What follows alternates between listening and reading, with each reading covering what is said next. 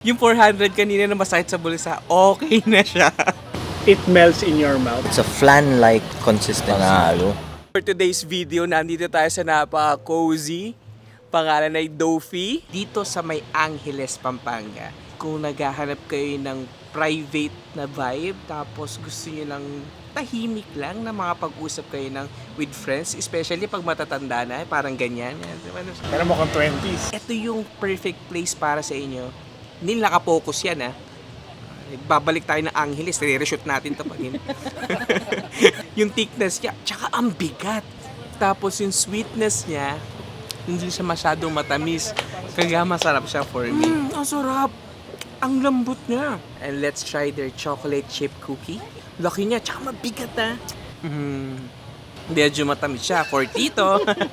Hindi, masarap din siya. Pero pag nasa gitna kasi nandun yung chocolate, so tatamis talaga siya ng sobra. Pero kung nandun ka lang sa bandang dulo, so may crust niya, panalo siya. This is their classic cheesecake. And then the price niya is 400 pesos. Bakit 400? Bakit 400? Kasi Pinaka-crust niya. Biscoff kasi yung gamit niya. wow, okay, sige. There must be something special dito. Parang leche plan yung ano niya, oh. Panalo. Ang sarap. Legit, ang sarap niya.